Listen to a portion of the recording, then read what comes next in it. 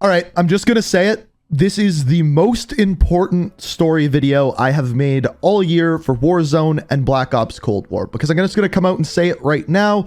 Everything that we have been told about the Warzone story is a lie, and we find it out with the Season 6 cutscene. And I almost guarantee you everyone who watched this cutscene missed the entire point of this cutscene. You'll see what I mean, but first I have to explain. First of all, yesterday, this cutscene was put out on Instagram as a minute-long cutscene, and then later last night, we got 2-minute cutscene for Season 6.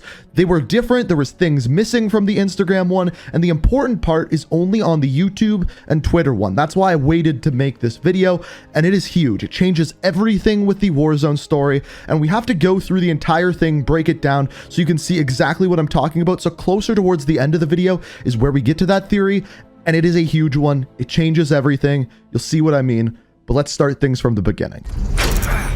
Focus. Try to remember.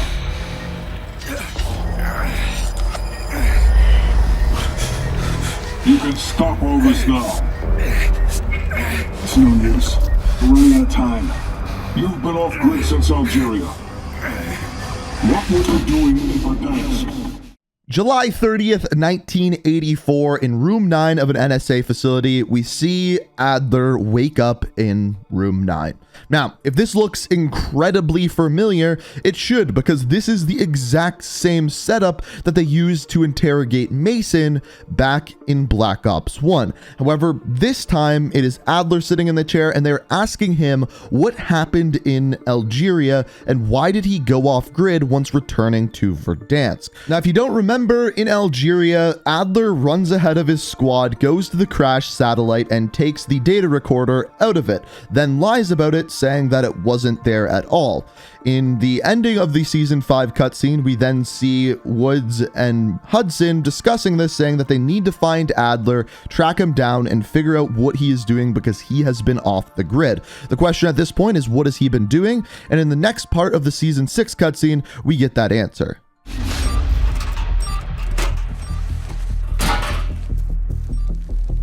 You always find me the best toys. You can defuse it.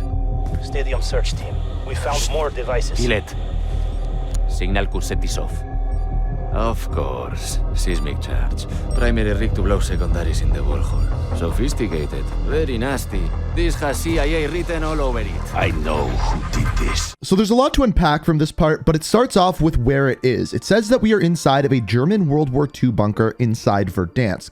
Now, there's a couple ways to look at this. Number one, it could just be one of the bunkers from around Verdansk, or it could be something brand new. Now, recently with rumors, we've heard that we are going to be going underground at some point during Season 6 to find a calling card and for the reveal of Warzone Pacific, the new Warzone map. And the rumors kind of tie into this being around the mines, an area that has yet to be open inside Verdansk. So with the thoughts around this, there's going to be some sort of bunker in there. We're going to go in there, and that's going to be the German World War II bunker. On top of this, this is the first time that they mention anything revolving around World War II inside Verdansk or Verdansk 84, which once again ties in with Call of Duty Vanguard. The next thing that we see here is our new character. Now, we don't yet have a name for this character or who it is. We see that he is missing a leg, and he says to Stitch, "You always get me the best toys," and then proceeds to be told to disarm all of these seismic blasts. Now, as far as this goes, at this point, we don't know why they are here and why Stitch wants them defused, as Perseus kind of wants this chaos that we've seen, but we get an answer to that. Tough son of a bitch won't talk. Let's start the real work. I did what you cowards wouldn't. This is Operation in Verdansk. Has to be destroyed. Get me out of this chair. First, we're gonna fix you. Trust me. This is gonna hurt. 16, 23, 8, 14, 15, 18, 11. So as far as this part goes, I have to start out by saying how cool this part of the cutscene actually is. And there's obviously a giant Easter egg, which we're going to go over in a second. Now, as far as this part of the scene goes, we find out that Adler was in fact the one to plant the bombs after he was in Algeria. He then came back to Verdansk and planted these bombs, stating that he did what the CIA wouldn't. Essentially, we know that he planted bombs all around Verdansk and did so to stop what Perseus was doing. So was he brainwashed? The answer is yes, but he was still able to perform his own actions. They were just very, very extreme. Now, if this didn't make total sense to you, it's probably because you didn't play Black Ops 1, and that is why I say this part of the cutscene is so cool. Let me explain. So as this cutscene progresses, we see that Adler is sitting in the chair and Mason is the one to walk out of the door and perform this brain dewashing, if that's even a thing, on Adler. He even says to Adler that this is gonna hurt, and then he proceeds to read out some numbers to him and basically fix up Adler. Now, why is this so cool and so important to the story? It's because this is exactly what went on with Mason in Black Ops 1, except it was Hudson walking out of the door, them going through this brain dewashing procedure on Mason, and he is the one that would know exactly how it feels, just like Adler does. It's kind of a reversal of roles, and I thought it was a really cool addition to this. That is why he can relate with Adler in this situation, because he went through the exact same thing in Black Ops 1. But not only that, this also explains Adler's actions as well, because like we saw in Black Ops 1, while Mason was brainwashed, he was able to still perform his normal actions, work for the CIA. However, the things he did were somewhat tampered by the numbers. For example, at the very end, when he sees Dr. Frederick Steiner, because of the brainwashing, he takes things to an extreme measure and quite literally takes him out. This is very similar to the actions that we then see with Adler next in the cutscene.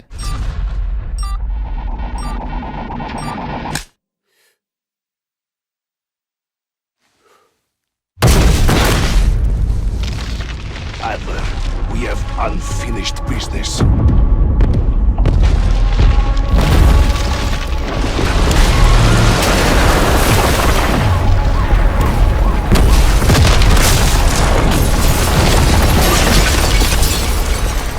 So I actually think this part is pretty straightforward. Now we then figure out that Adler planted these bombs all across Verdansk, but in the cutscene, what we see is downtown and stadium completely being wrecked. This is super interesting because downtown's an area that people wanted to be destroyed in Verdansk for a very long time, and it appears as though within Season 6 we could potentially be getting the biggest change to the Warzone map that we have ever seen. Now, we don't know this for sure as it's just in the cutscene. We haven't seen actually any in-game images, but based off of this cutscene, it looks like downtown is absolutely being destroyed. Now, part of this makes absolutely zero sense because based off of the story, we are told that this is a flashback to 1984 in Verdansk. However, we've already seen the future of Verdansk, and in the future of Verdansk, downtown is very much so alive and well, with stadium being completely intact. Now, that is very confusing, and it's possible they just rebuilt downtown, but there is a much better theory that I personally have, and it's actually that all of this Verdansk 84 stuff isn't actually happening. Let me explain. Got reports of multiple explosions in Verdansk. Sounds like a boy did a number on the place. Get him up. We need to go. Oh God, what have I done? Shake it off. It wasn't you. We're gonna finish what you started. We've got a job to do.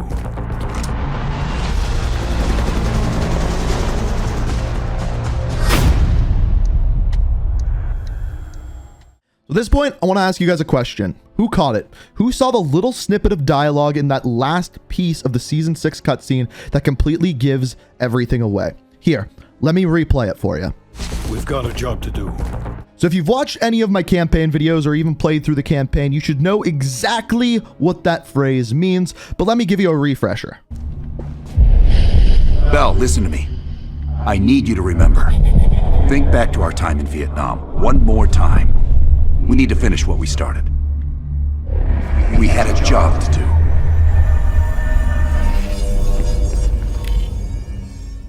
The CIA This mind control program has had a great deal of success with implanted memories. We got a job to do.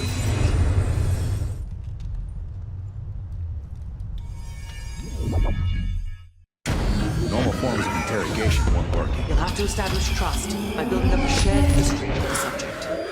We have a job to do. Started. We've got a job to do.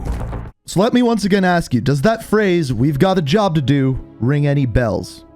See what I did there?